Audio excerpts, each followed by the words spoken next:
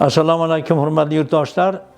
Shu yilning 19-sentyabr kuni hurmatli yurtboshimizning 173-sonlik farmoni qabul qilindi. Farmonda asosiy masala aholi va qishloq xo'jaligining ro'yxatdan o'tkazish masalalari qo'yilgan. Unda vazifalar aniqki, endi bu nima uchun bizga kerak?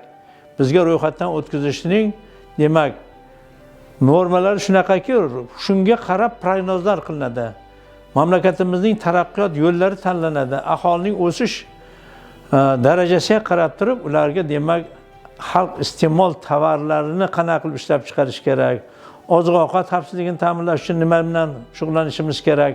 Qishloq xo'jaligi demak bu asosan bizning kelajagimiz. Shu joydan demak qishloq xo'jalik xom ashyolari yetkaziladi, qayta ishlanadi. Bu iqtisodiyotimizga katta naf keltiradigan sohalardan bittasi bo'lib qoladi. Demak, har bir ma'lumot taraqqiyotga xizmat qilish kerak. Ana shu taraqqiyotga xizmat qilayotgan hurmatli yurtboshimizning shu yil chiqargan 170 sonlik farmonlari bajarishga har bir fuqaro ana shunga ham mas'ul bo'lishi kerak, ham qiziqish kerak. Demak, shuni bugun amalga oshirishda hammamiz faol qatnashishga chorlashimiz kerak.